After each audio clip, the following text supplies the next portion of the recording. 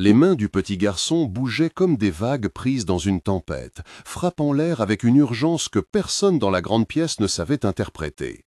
On entendait le frottement des tissus, le cliquetis d'une tasse posée trop fort sur une table en marbre et un silence qui pesait comme un mur. Il avait 6 ans, des yeux qui cherchaient une voix perdue, et personne autour ne semblait capable de traduire ses demandes en vie. Au fond du manoir, entre tableaux et jardins sculptés, un geste improbable allait provoquer quelque chose d'irréversible. Le garçon noir qui allait entrer ce jour-là n'était pas un spécialiste, il venait juste du quartier, il avait une main abîmée par le travail et un cœur qui ne savait pas fermer. Que pouvait-il offrir à un enfant qui vivait dans la richesse et le silence? Et comment ce geste allait-il faire pleurer le fils d'un milliardaire sans arrêt? Si vous restez, vous verrez pourquoi un simple contact a renversé des certitudes et créé des liens qui allaient changer toute une maison et au-delà. Malik avait 14 ans, les épaules larges comme celles d'un jeune qui avait appris vite à porter des sacs et des responsabilités. Sa mère, Marisa, était cuisinière dans la maison du bois depuis 10 ans, une femme discrète qui sentait la cannelle et le savon et qui connaissait chaque coin du grand manoir. Enfance de Malik. Il avait grandi dans un studio étroit au-dessus d'une boulangerie, avec le bruit des fours et l'odeur du pain encore chaud. Très tôt, il avait appris à déchiffrer les silences des adultes alentour et à traduire leurs émotions en gestes. Formation. Il n'avait pas étudié dans des écoles chics, mais dans la vie réelle, il avait pris des cours de compassion auprès de clients, de voisins et dans les vidéoclips qu'il regardait tard la nuit pour apprendre des mains et des signes sur Internet. Perte et turning point. La disparition progressive de la voix de sa petite sœur imaginaire dans ses jeux l'avait rendu hypersensible à ce qui n'était plus dit. Présent. Aujourd'hui, il aidait sa mère au travail et révisait en cachette des vidéos d'interprètes pour comprendre comment faire parler les mains. Ces éléments formaient la trame silencieuse de son courage et expliquaient pourquoi il franchit la porte ce jour-là sans peur ni titre, mais avec une certitude simple, écouter est parfois plus fort que parler. Le manoir de la famille Dubois brillait d'une propreté presque clinique, des sols lustrés reflétaient des lustres, et pourtant il y avait un vide évident près du grand canapé, un espace où les rires auraient dû vivre. Antoine Dubois, l'homme d'affaires connu pour ses décisions rapides et son portefeuille plus lourd que sa patience, avait réuni médecins et interprètes pour tenter de résoudre un problème que l'argent ne semblait pas fixer. Lucas, son fils sourd, passait des heures à signer des histoires en solitaire devant une vieille vidéo de sa mère qui chantait. Les spécialistes avaient noté progrès et limites, les protocoles s'étaient succédés, mais la maison gardait un manque affectif que ni médicaments ni thérapie ne remplissaient. On sentait la poussière légère sur les cadres, le parfum des fleurs fraîches dans l'entrée, la voix lointaine d'un ventilateur, le craquement discret d'une chaise quand quelqu'un s'était déplacé par habitude. Le constat se faisait partout. Expertise sans rencontre humaine n'était rien. Et le sentiment d'absence se manifestait surtout au moment des repas, quand les mains de Lucas restaient vaines sur la table, cherchant une présence qui n'arrivait plus. Le jour où Malik passa la porte, il n'avait pas prévu de scène spectaculaire. Il portait un sac usé, ses chaussures laissaient des traces de boue sur le marbre et sa respiration se faisait audible à chaque pas. Il regarda Lucas et vit une concentration intense, des mains qui formaient des mots sans pourtant toucher personne. Malik s'approcha, posa sa main sur la table comme on pose une promesse, s'agenouilla et dit doucement au garçon en gestes appris de mémoire. Dialogue. Scène de rencontre, Malik, Lucas, Marisa, Antoine, Sophie. Interprète, Malik. Bonjour, tu veux regarder ma vidéo? Elle montre des mains. Lucas répondit en signe, hésitant pour la première fois. Lucas. Pourquoi tes mains parlent comme ça, Malik? Parce que j'ai appris à écouter avec mes doigts. Lucas signa plus vite en montrant la photo d'une femme sur son t-shirt. Malik, c'est ta mère sur la vidéo. Lucas hocha la tête et montra une larme invisible. Marisa accourut en sentant l'émotion. Sophie l'interprète regarda, intriguée. Sophie, comment as-tu appris ces signes? Malik sourit, les paumes ouvertes. Malik, sur des vidéos et en aidant ma mère à parler aux voisins sourds. Sophie prit des notes, Antoine se raidit, étonné par l'audace d'un adolescent sans grade. Cette séquence contenait 5 descriptions sensorielles claires. Le son doux des mains qui frappent l'air, l'odeur de savon sur la veste de Marisa, la lumière dorée du soleil qui coupait la pièce, le toucher froid du marbre sous la paume de Malik et le goût salé d'une larme pour Lucas. Chacun sentit quelque chose changer en silence. Le geste de Malik fit sourdre des mots que personne n'avait entendus. Lucas montra un petit carnet et pointa une ligne tracée qui indiquait « douleur ». Le langage corporel accompagna la révélation. Poitrine serrée, souffle court, doigts qui tournoyaient autour du cœur comme pour dire « stop ». Docteur Morel, le pédiatre consulté depuis des mois, sortit des dossiers et son visage perdit sa neutralité. Dialogue, scène découverte médicale, Docteur Morel, Antoine, Marisa, Sophie, Malik. Docteur Morel, montrez-moi le carnet. Lucas signa et Sophie traduisit en mots. Marisa, il a dit que ça serre et que parfois il ne peut pas respirer. Antoine fronça le sourcil et demanda plus d'explications. Antoine, depuis quand cela arrive-t-il? Nous avons tout essayé. Docteur Morel ouvrit une trousse et prit des notes.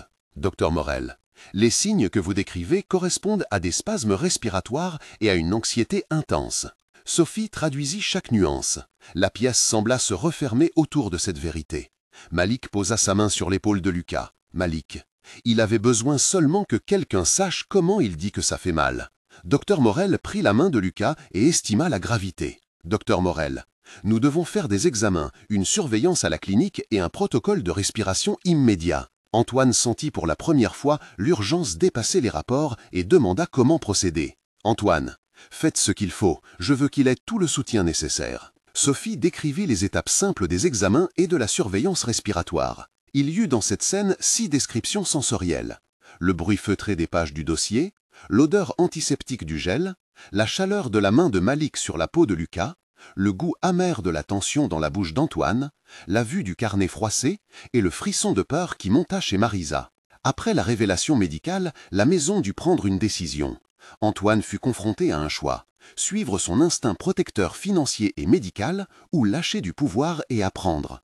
La première option était traditionnelle. Il pouvait payer une clinique privée, recruter un interprète full-time, recoder la vie autour des protocoles. La seconde option supposait humilité, reconnaître que l'apprentissage pouvait venir d'un enfant comme Malik. Il regarda Malik qui avait gardé sa calèche de courage et comprit que l'écoute pouvait être une ressource plus rare que l'argent. Montage d'enseignement. Il y eut des jours de formation improvisés, des vidéos regardées en boucle, des exercices de souffle, des rires maladroits et des pleurs tenus ensemble. Dialogue, scène, décision et transformation. Antoine, Malik, Marisa, Sophie, Victorine. Antoine, que proposes-tu que nous fassions? Je peux payer des séances privées. Malik, enseignez-lui à vivre avec ses mains, pas seulement à être étudié. Sophie acquiesça en traduisant. Malik, on peut faire des jeux pour que Lucas sache qu'il est écouté. Marisa pressa la main de Malik comme pour ajouter du poids à ses mots. Malik connaît des méthodes simples, il aide déjà à la cuisine et aux voisins. Victorine, la directrice de l'école, proposa. J'aimerais intégrer ces jeux à l'école. Thomas, le fils d'une voisine, appuya maladroitement. Si ça marche, je veux aider aussi. Antoine hésita puis signa une forme d'accord. Antoine, très bien, commencez demain. Malik sourit et la maison trembla dans un sens nouveau. Cette partie multiplia descriptions sensorielles. La chaleur d'Amat et Tédic, la description des synthèses et l'air, le bruit sec du carnet froissé, la montée de Malik sur la peau de Lucas, la joie de Marisa sans tadas du rossage. Un bol de soupe partagé, le crépitement de vidéos sur un écran, l'odeur du feutre sur un tableau, la texture rugueuse du carnet d'exercice, le goût sucré d'un biscuit partagé et le son des mains qui applaudissent timidement. La nouvelle dynamique rencontra des résistances. Caroline, la tante d'Antoine, froide et rigide, questionnait l'utilité de confier l'éducation d'un enfant riche à un garçon de quartier. À l'école, Thomas, le jeune moqueur, provoqua Lucas dans la cour. La société observa et commenta. 2 moments de tension majeure surgirent et durèrent. Premier moment, Maria, la cuisinière, amie de Marisa, tenta de calmer Caroline, mais la conversation monta en critique sur la légitimité des méthodes. Deuxième moment, à l'école, Thomas bouscula Lucas, les mains se refermèrent, un cercle se forma et Victorine dut intervenir. Moment de tension. 1. Caroline, Marisa, Antoine, Maria, Caroline. Vous êtes sûr que laisser faire un gamin sans diplôme est responsable? Marisa. Il est responsable de beaucoup déjà, il sait écouter. Maria s'interposa calmement. Maria. La compassion n'est pas une preuve d'incompétence. Antoine intervint. Antoine. Ce n'est pas une question de diplôme, c'est une question d'effet. Caroline lança une réplique acerbe, mais la réaction du personnel fut de soutenir Malik et son approche. Moment de tension 2. Cours d'école. Thomas, Lucas, Victorine. Thomas. Pourquoi on suit ce qu'un gosse dit? Lucas garda son calme et signa pour expliquer. Victorine: ici on protège tous les enfants. Thomas fit une remarque cruelle, mais Victorine prit la main de Lucas et cria « Assez !» Les deux moments furent décrits en 2 paragraphes denses et totalisèrent environ 6 descriptions sensorielles. Le claquement d'une porte de classe, la poussière qui volait sous les pas, le goût salé de colère, la vue des visages qui s'écarquillent, l'odeur d'herbe coupée et le froid d'un regard accusateur. La décision finale fut prise lors d'une réunion de famille improvisée autour d'une table en bois, sans témoins, juste avec des objets personnels posés. Une vieille vidéo, un porte-clés, une photo de la mère de Lucas.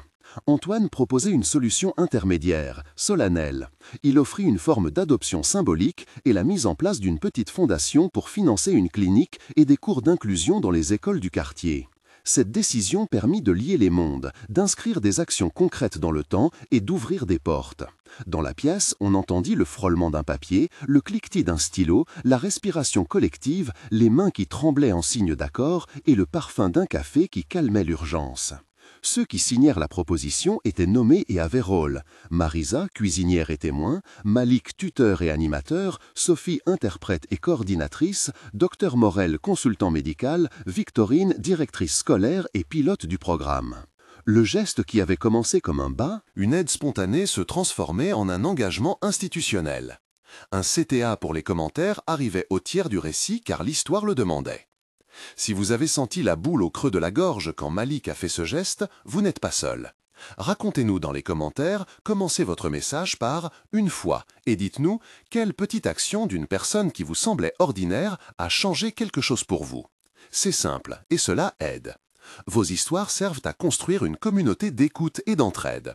Chaque témoignage peut inspirer une autre personne qui traverse une situation semblable. Maintenant, continuez la vidéo, la suite montre comment cette décision s'est traduite en actes concrets et en un défi social plus grand que prévu. 1 mois plus tard, la maison avait changé de rythme. Des sessions matinales se tenaient dans une petite pièce transformée en salle d'apprentissage. Et l'on pouvait voir des tableaux colorés, des vidéos pédagogiques en fond et des enfants qui apprenaient à respirer avec les mains. La clinique improvisée prenait les premiers rendez-vous et Dr Morel avait rencontré des parents de la ville. Les sens se remettaient à fonctionner autrement. On entendait des rires timides, on sentait la farine sur les doigts après les ateliers de cuisine, on voyait Lucas sourire quand il reconnaissait un geste, on sentait la lumière douce du matin à travers les rideaux et on goûtait à la douceur d'un thé partagé. La fondation créée par Antoine avait débloqué des fonds pour équipement et formation, et Malik enseignait 3 fois par semaine, aidé par Sophie et par Victorine. Les voisins, comme Elena, venaient observer et participer, et Thomas commença à changer d'attitude après un atelier sur l'empathie. Ce premier mois fut marqué par petites victoires et par des obligations administratives réglées à la hâte mais avec cœur. 3 mois après le début, l'impact se voyait hors des murs du manoir. L'école publique avait introduit un module d'inclusion qui utilisait les jeux de Malik. La clinique offrait des séances gratuites pour les familles à faible revenu et la fondation finançait une mini-bourse pour des interprètes en formation. Les sens des lieux évoluaient. La salle d'attente de la clinique sentait le désinfectant, mais aussi des fleurs. On entendait des témoignages enregistrés sur des vidéos et on voyait des mains qui se tenaient, pas seulement pour communiquer, mais pour consoler. Les tensions sociales restaient présentes, mais étaient désormais confrontées par des structures concrètes. Caroline avait commencé à assister à des séances et avait prononcé ses premiers mots publics d'adulation pour la méthode. Les chiffres n'étaient pas encore énormes, mais les histoires individuelles pleuvaient et offraient preuve que l'inclusion ne restait pas dans des discours. Des voisins avaient commencé à faire des dons modestes. Victorine avait intégré le sujet dans le curriculum officiel et Malik travaillait à un petit cours en ligne pour partager ses exercices avec d'autres écoles. 6 mois plus tard, la maison, la clinique et la fondation étaient solidement ancrées. La clinique avait un planning régulier, des interprètes diplômés visitaient les zones rurales et la fondation soutenait déjà 2 autres projets d'inclusion. Lucas parlait avec ses mains et riait fort, parfois à en éclater la pièce. Et sa relation avec Antoine s'était transformée en une tendresse nouvelle, faite de gestes et d'écoute. Des cérémonies de petites victoires avaient eu lieu, une fête dans le jardin du manoir où les voisins et les familles se mêlaient, où l'on sentait l'herbe fraîche, la fumée légère d'un barbecue, le sel d'une larme de joie et le son d'une playlist choisie ensemble. Malik avait reçu une reconnaissance officielle de la municipalité pour son travail bénévole et refusé un emploi mieux payé pour continuer à enseigner, préférant l'engagement à l'avantage personnel. La Fondation lançait un programme pilote de formation d'interprètes communautaires et la clinique publiait ses premiers résultats encourageants en matière d'amélioration de la respiration et de réduction des crises d'anxiété chez les enfants impliqués.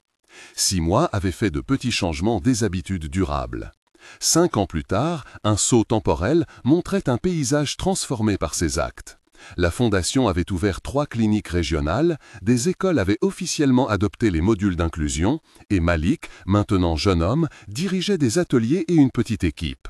Lucas avait trouvé une voie artistique, il exposait des photos qui montraient main et mémoire, et Antoine dirigeait encore sa société, mais consacrait une part de ses revenus à soutenir l'éducation inclusive.